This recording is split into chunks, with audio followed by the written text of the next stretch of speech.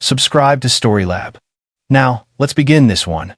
The desert sun beat down on forward operating base Stryker like a hammer on an anvil. Grant Bradford stood in the operations tent, studying satellite imagery of a compound 20 miles north. Sweat traced lines through the dust on his face, but his green eyes remained sharp, focused. 15 years in Delta Force had taught him that details save lives. Target confirmed, he said to the 4 operators gathered around the table. 3 hostiles, probable weapons cache. We move at 0400. Kevin Shepard, his second in command, nodded. Clean extraction? Only kind we do. Grant's phone buzzed in his pocket. He frowned. Personal devices were restricted during operational planning, but he'd set a priority override for one number. His daughters. 5 minutes, he told his team, stepping outside into the scorching heat. The phone buzzed again. FaceTime, unusual. Olivia knew better than to call during his deployment unless it was an emergency. He accepted the call. His daughter's face filled the screen, tears streaming down her cheeks, mascara running in black rivers. She was 15, should have been worrying about algebra tests and school dances. Instead, her eyes held a terror that made Grant's blood freeze. Dad, she sobbed. Dad, please. Stepdad's friends. They're here. 12 men. They're. Her voice cracked. They're hurting me. Please, Dad, I'm so scared. The background showed his ex-wife's house, no, Stuart John's house now. The living room where Olivia had opened Christmas presents 2 years ago before the divorce. Now shadows moved behind her, and Grant heard male laughter. Olivia, baby, where's your mother? Where's Stuart? His voice stayed calm, but his free hand was already clenched so tight his knuckles went white. Mom's at some spa weekend, Stuart said. She gasped as someone grabbed her shoulder. The phone jerked, and a man's face filled the screen. Mid-40s, thinning hair, eyes glazed with alcohol, and something darker. Well, the famous soldier boy. The man's voice dripped mockery. Your little girl's ours for the night, hero. Stuart says she needs to learn some manners. And you're what? 6,000 miles away in Iraq? Can't do shit from there, can you? More laughter erupted behind him. Grant caught glimpses of other men, bottles being passed around. His daughter's muffled crying. Who are you? Grant's voice dropped to a deadly whisper. Name's Roger. Roger Waters. Me and the boys. We're just having a party. Stuart invited us over, said his stepdaughter needed to be taught a lesson about respect. Something about her complaining to her daddy about him. Roger's smile widened. So we're gonna teach her real good. And you get to listen to every. The screen went black as someone ended the call. Grant stood motionless for 3 seconds. Then he was running. Marshall Park had been Grant's commanding officer for 8 years. They'd pulled each other out of burning vehicles in Fallujah, shared foxholes in the Hindu Kush. The colonel looked up from his desk as Grant burst into his quarters without knocking. Bradford. What? I need emergency leave. Now. Full extraction authority. Grant's words came like gunfire.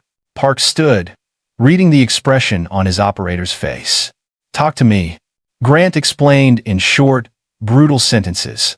No emotion, just facts. The phone call. The men. His daughter. When he finished, silence filled the small room, except for the hum of the air conditioning unit. Park walked to his window, looking out over the base. You're asking me to authorize a domestic operation on American soil. I'm asking you to help me save my daughter's life. The local police will take hours to mobilize. File reports.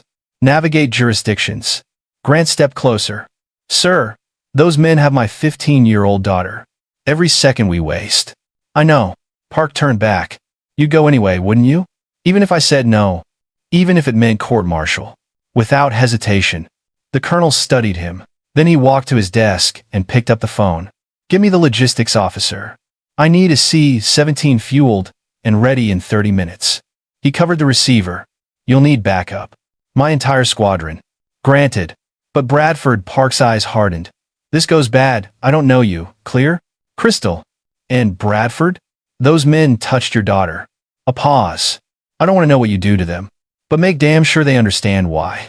The C-17 Globemaster roared through the night sky, engines screaming as it pushed toward maximum speed. Grant sat in the cargo bay, surrounded by 8 of his best operators.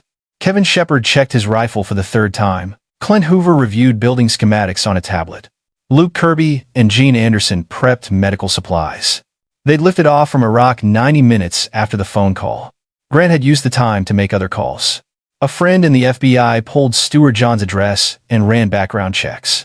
What came back made Grant's jaw clench. Stuart Johns, age 43, married Grant's ex-wife Heather 18 months ago. No prior criminal record, but 3 previous marriages, all ending in suspicious circumstances. One ex-wife had filed for a restraining order, later withdrawn.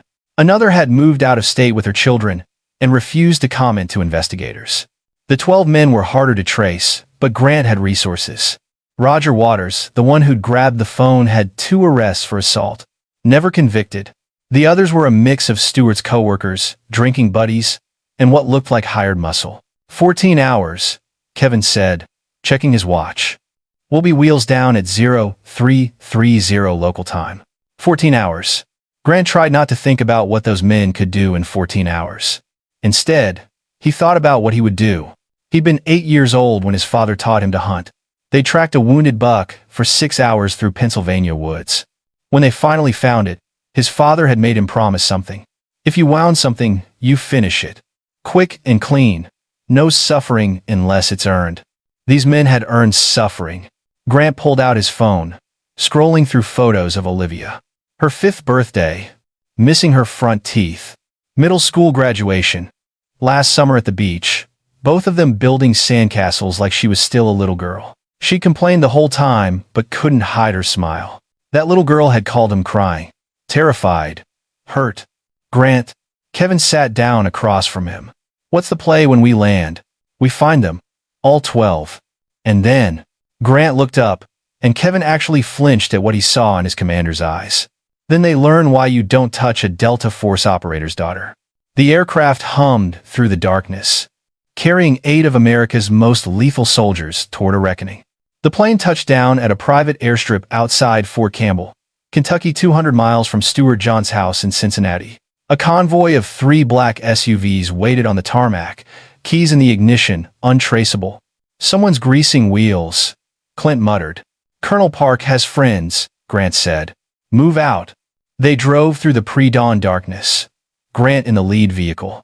His phone buzzed. Text from an unknown number, GPS coordinates. 3 locations.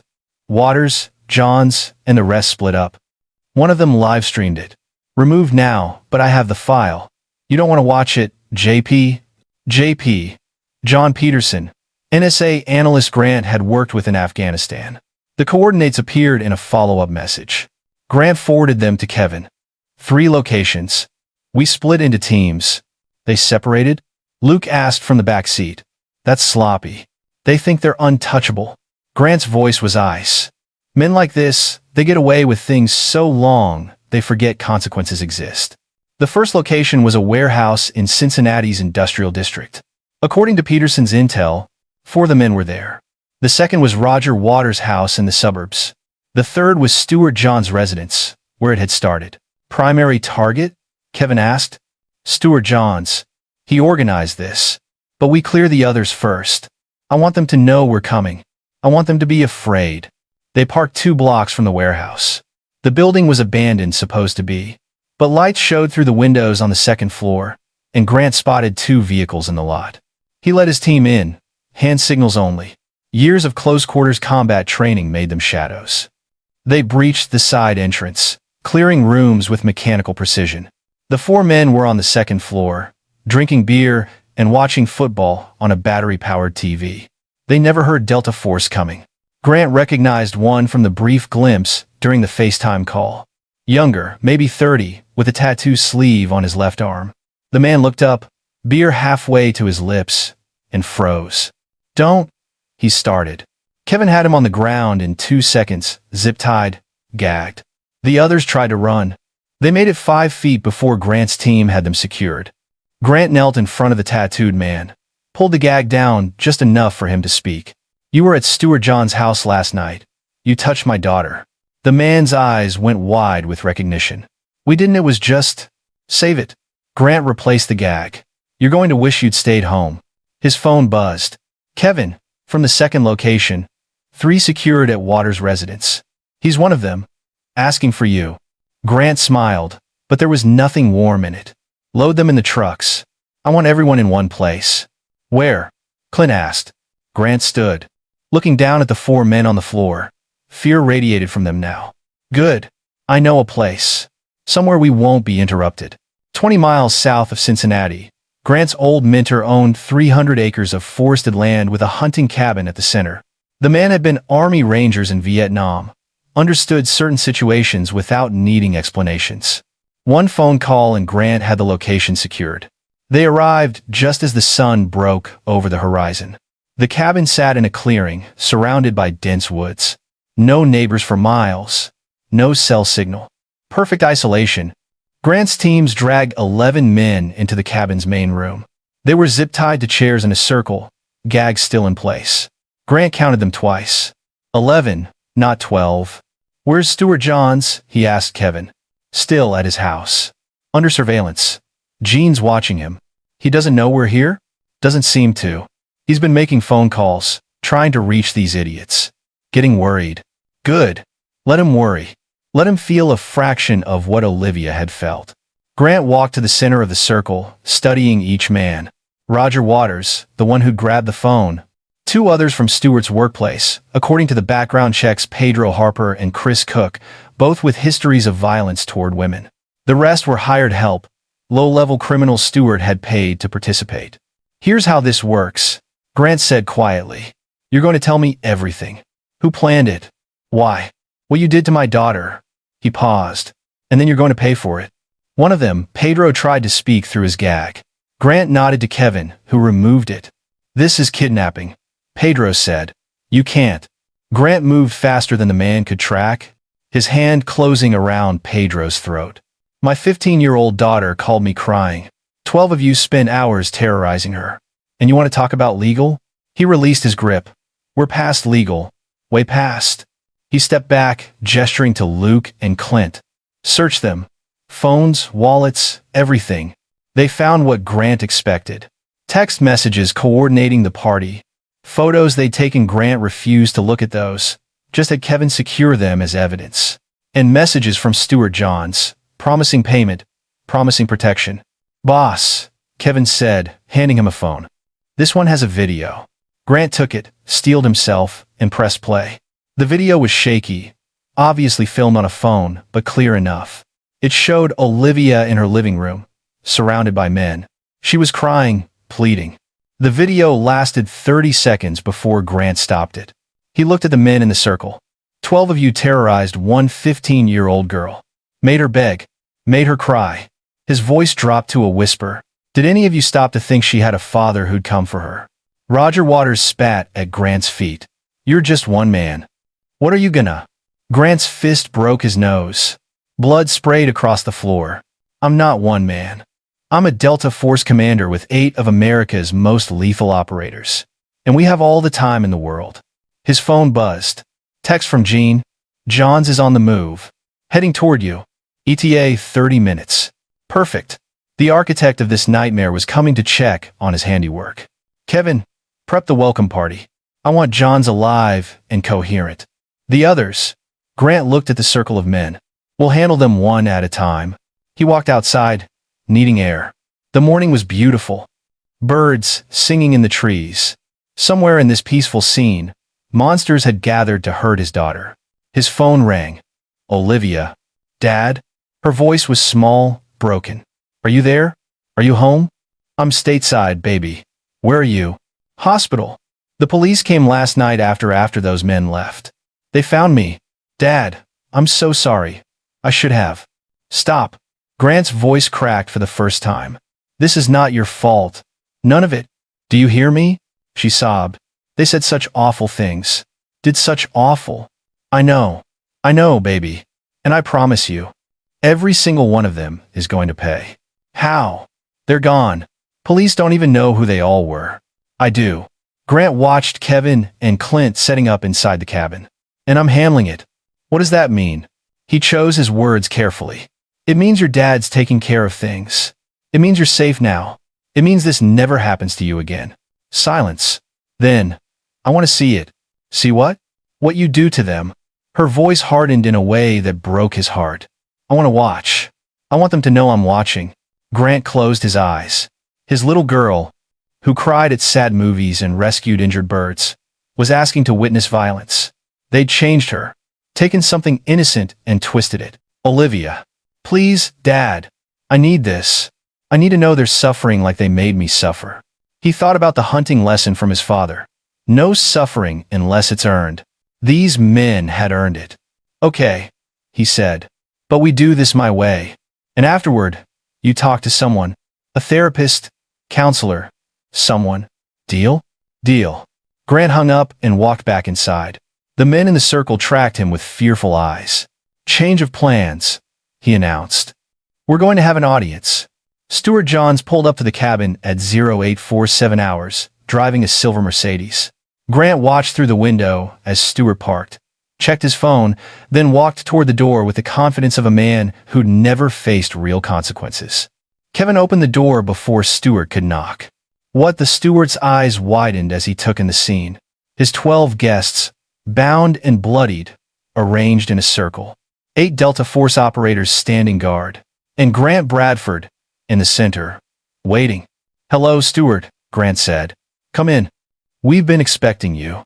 Stuart tried to run, made it 3 steps before Luke tackled him, zip ties appearing like magic to secure his wrists. They dragged him into the cabin, forced him into a chair at the center of the circle, facing his co-conspirators. You can't do this, Stuart said, trying for authority, but his voice shook. I'm a respected businessman. I have lawyers. You touch me, and what? Grant crouched in front of him. You'll call the police? Tell them how the father of the girl you arranged to have assaulted is holding you accountable. He smiled. Go ahead. Call them. Stuart's eyes darted to his bound friends. I didn't arrange anything. They came over, things got out of hand. Grant held up a phone. We have the text messages. Your planning, your payments, your promises that she'd be taught a lesson. He stood. You wanted to hurt my daughter, to punish her for what? Telling me you were a controlling asshole? For making you look bad. She's disrespectful. Needs discipline. The slap echoed in the cabin. Stuart's head snapped to the side, a red mark blooming on his cheek. You don't get to touch my daughter. You don't get to punish her. You don't get to invite your degenerate friends to terrorize her. Grant's voice was surgical in its calm. You made a mistake, Stuart. You forgot that I'm not some suburban dad you can intimidate. I'm a weapon the government points at its enemies. He nodded to Kevin. Set up the video call. They propped a tablet on a table, angled so it captured the entire circle of men. Grant dialed Olivia's number. She answered immediately. She was in a hospital room, bruises visible on her face, but her eyes were dry now.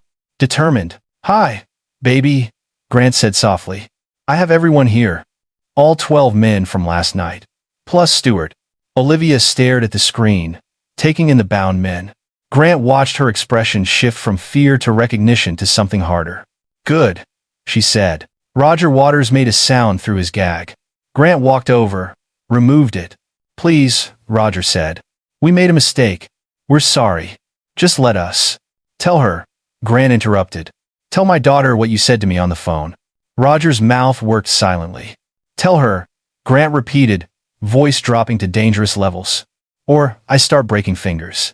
I said, Roger's voice cracked. I said you were ours for the night. That your dad couldn't do anything because he was in Iraq. And what did you do after you said that? Olivia asked. Her voice was steady, cold. Roger started crying. Actually crying. We scared you. Pushed you around. Said things. Awful things. You did more than that. Olivia's eyes never left the screen. You held me down. You touched me. All 12 of you took turns while the others watched and laughed. The cabin went silent except for Roger's sobbing. Dad, Olivia said. Make them understand. Grant nodded slowly. Kevin. Medical kit. What followed was methodical. Clinical. Grant and his team spent the next hour delivering the kind of pain that left no permanent physical damage, but carved itself into memory. They'd learned these techniques in SERI training, understood the psychology of suffering. Roger Waters was first. They started with pressure points, nerve clusters that sent white-hot agony through his body without leaving marks. He screamed into his gag, thrashed against his restraints. Grant let it continue for 5 minutes, then stopped. That was 5 minutes, he told the screen, told Olivia. You suffered for hours. We're just getting started. Pedro Harper was next. Then Chris Cook. One by one, Grant's team worked through the circle. Some men begged. Some tried to maintain defiance. All of them broke. Through it all, Olivia watched. Grant checked on her repeatedly, making sure she was okay, giving her the option to stop. Each time, she shook her head. I need to see this, she said. I need to know they can't hurt anyone else. At hour 3, they reached Stuart Johns. The man who'd orchestrated everything sat trembling, having watched his friends suffer. Why? Grant asked him. Why my daughter? She's poisonous. Stuart shouted. Turned your ex-wife against me. Told lies about how I disciplined her. Disciplined? Grant's voice could have frozen fire. What discipline? Stuart went silent. Grant pulled up his phone, showed Stuart the screen. Medical records, Kevin had obtained them during the flight. Documentation of bruises Olivia had gone to the school nurse about. Reports she'd been too afraid to file with police. You hit her, Grant said, multiple times over 6 months. Then when she threatened to tell me, you decided to teach her a lesson she'd never forget. I never touched her inappropriately. That was them. Stuart gestured wildly at the other men. But you invited them. You told them what to do. You watched. Stuart's face went gray. Dad.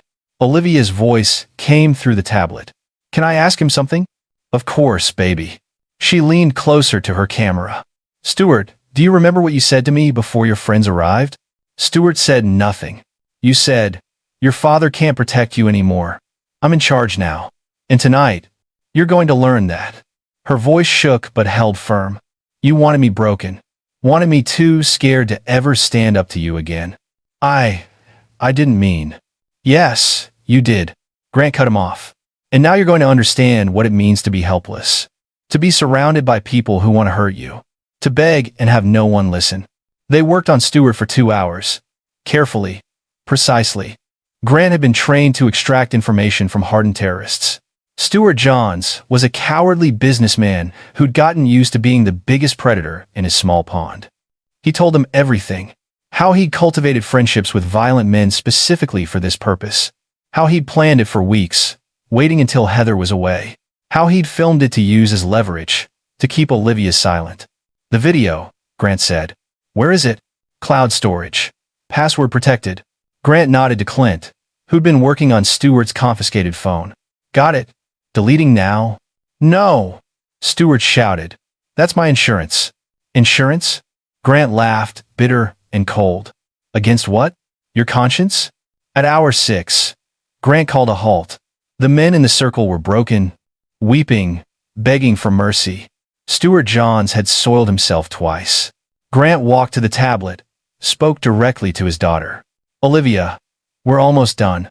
But I need you to understand something. What happens next, there's no taking it back. These men hurt you, and they deserve to pay. But if we cross certain lines, if we become like them, Dad, she interrupted gently. They took something from me, my safety, my trust, my childhood. Her eyes hardened. I wanted to pay the price. All of it. Grant studied her face. His little girl was gone, replaced by someone older, harder. They'd done that. Stolen her innocence and left this behind. Okay, he said quietly. Then you choose. Who pays first? Olivia looked at each man on the screen, taking her time. Grant saw the wheels turning, saw her processing everything she'd witnessed. Finally, she pointed at one man. Mid-30s, unremarkable face, had been quiet through most of the proceedings. Him, Reuben Poole. He was the one who held me down while the others she couldn't finish the sentence. Grant walked to Reuben, who was shaking his head frantically behind his gag. My daughter has spoken, Grant said. And in my experience, women who've been hurt always know who hurt them worst. He looked at his team. Kevin, Luke, take him outside. You know what to do. They dragged Reuben from the cabin. His muffled screams faded into the forest. Grant turned back to the remaining men. That's 1. 11 to go, and my daughter gets to choose each one. The next hour was methodical. Olivia selected Roger Waters, second the man who'd taunted Grant on the phone. Then Pedro Harper, who'd been particularly cruel with his words during the assault. Then Chris Cook, who'd organized logistics for Stewart. Each man was taken outside. Each faced justice delivered by Delta Force operators who'd spent years becoming experts in violence. Each faced consequences they'd never imagined when they'd thought terrorizing a teenage girl would be consequence-free fun. Finally, only Stuart Johns remained, surrounded by empty chairs and the ghosts of his co-conspirators. "Olivia," Grant said, "last choice is yours. What happens to Stuart?" She was quiet for a long moment. Then, "I want him to live." Grant raised an eyebrow. "You're sure?" "I want him to live and remember this every day. I want him to wake up afraid, to jump at shadows, to know that if he ever hurts anyone again, you'll come back." She leaned closer to the camera. "I want him to spend the rest of his life being the victim for once." Pride surged through Grant. His daughter hadn't been broken. She'd been forged into something stronger. "You heard her," he told Stuart. "You get to live. But here's the conditions." He crouched down, making sure Stuart could see his eyes. "You divorce my ex-wife immediately. You surrender all claims to any shared assets. You leave town, leave the state, and you never contact my daughter or my family again." Grant's smile was sharp, "And just so we're clear, I have video of you confessing to orchestrating the assault on a minor. I have your deleted files. I have testimony from 11 other men about your role. You step out of line even once, and all of that goes to the FBI, the media, and every lawyer I can find." "But the others," Stuart whispered. "What happened to them?" "They learned actions have consequences." Grant stood. "Be grateful you're learning that lesson without paying the full price." Kevin stepped forward with a contract he'd prepared. Divorce papers, property surrender, gag order about the night's events. Stuart signed with shaking hands. "One more thing," Grant said. "You're going to call Heather. You're going to tell her the marriage is over and why. And you're going to make sure she knows that if she ever questions Olivia about what happened, I'll be back to finish what we started tonight." Stuart made the call. Heather's voice came through the speaker, confused at first, then angry, then horrified as Stuart explained everything. When he finished, there was silence. Then, "Olivia? Is Olivia okay?" "She will be," Grant answered, taking the phone. "But you and I need to have a conversation about how you chose this man over protecting your daughter." "I didn't know," Heather said. "I swear, Grant, I didn't know he was capable of." "But you knew he was controlling. You knew Olivia complained about him. You chose to ignore it because it was easier than dealing with it." Grant's voice was harder than he'd ever used with his ex-wife. "That ends now. She's coming to live with me. Full custody. You don't object. You don't fight it. You sign the papers." "Grant, please. She's my daughter too." "Then you should have protected her like one." He hung up. 3 days later, Grant sat in a lawyer's office in Cincinnati. Across from him, Heather signed the custody modification papers.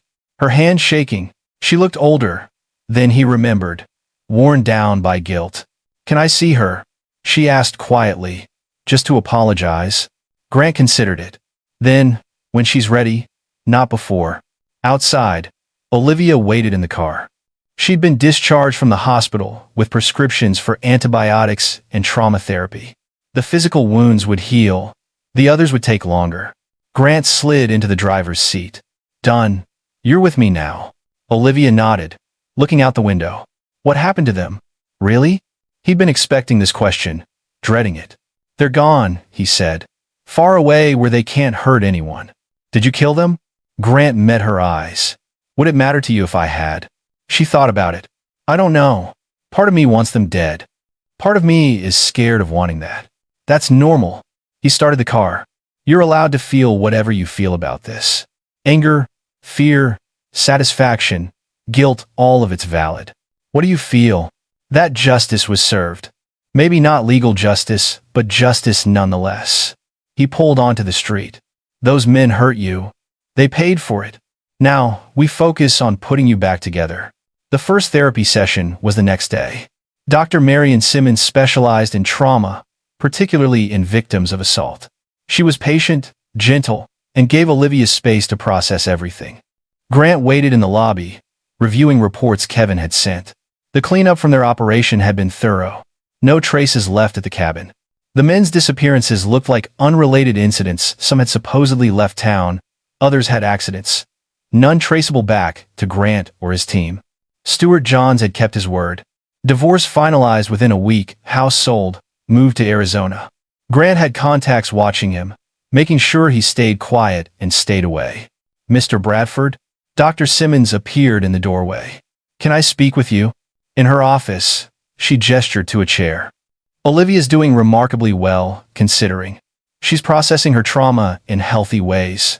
But she paused. She mentioned witnessing the confrontation with her attackers. Can you tell me about that? Grant chose his words carefully. She needed closure. Needed to know they couldn't hurt her anymore. I made sure she got that.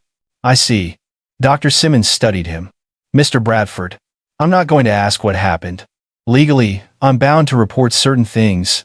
But what a patient tells me about hypothetical situations, or what a parent does to protect their child in ambiguous circumstances, she shrugged.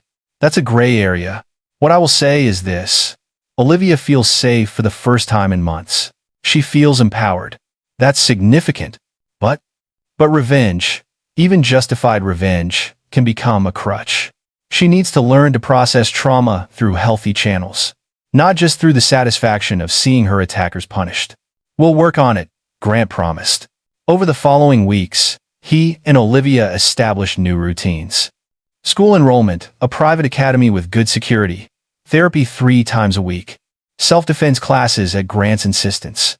Slowly, carefully, they rebuilt. One evening, 2 months after that terrible night, Olivia found Grant in his home office, reviewing mission reports from his latest deployment briefing. Dad, can I ask you something? Always. Do you regret it? What you did to them? Grant set down his papers, giving her his full attention. No. They hurt you. They deserved what happened. Even if it was illegal? Especially because it was illegal. The law failed you, Olivia. Those men would have gotten light sentences, if they were charged at all. Stuart would have claimed he didn't know what they'd do. They would have painted you as a liar, a troubled teen, anything to escape consequences. He stood, walked to her. I couldn't let that happen. She hugged him, fierce and tight. Thank you. For coming home, for making them pay. I'll always come home for you. He kissed the top of her head. Always. That night, after Olivia went to bed, Grant's phone buzzed. Message from Marshall Park, heads up. Some people asking questions about missing persons connected to a Stuart Johns. Keep your head down, Grant typed back. Any concerns? None. Trail's cold. Just wanted you aware. How's your daughter? Healing. Getting stronger every day. Good. That's what matters. Park out. Grant deleted the message thread, then checked the security system. Motion sensors active, cameras online, weapons secured but accessible. Old habits from a lifetime of staying alert. He poured a bourbon, stood at the window, looking out at the quiet street. Somewhere out there, Stuart Johns was probably jumping at shadows, wondering if tonight was the night Grant came back. The other men, well, they'd learned their lessons permanently. Was it justice? Maybe not by legal standards. But Grant had spent 15 years serving his country, following rules of engagement, watching lawyers and bureaucrats turn clear-cut right and wrong into shades of gray. His daughter had needed him.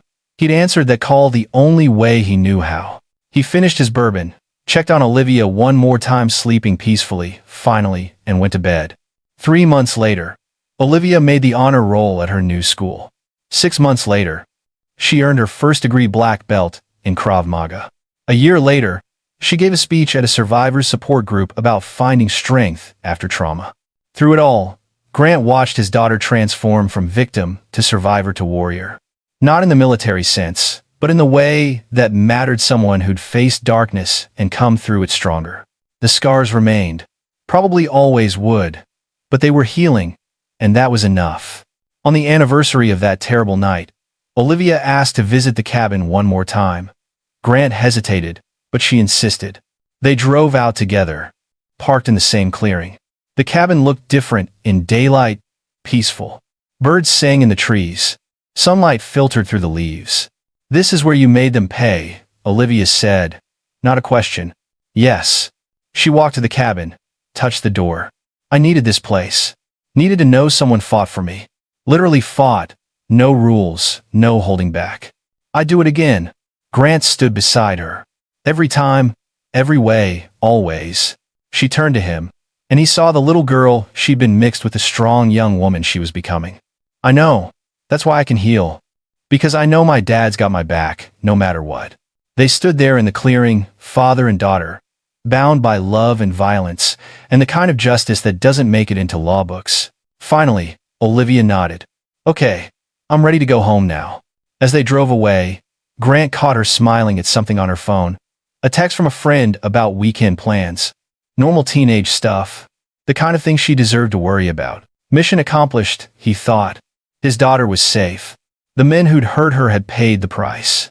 And if anyone ever tried something similar again, well, Grant Bradford was a patient man. But he was also Delta Force. And he never forgot a face. The car merged onto the highway, carrying them toward home, toward healing, toward a future where Olivia could be the person she was always meant to be. Behind them, the cabin faded into the forest, keeping its secrets. This is where our story comes to an end. Share your thoughts in the comments section. Thanks for your precious time.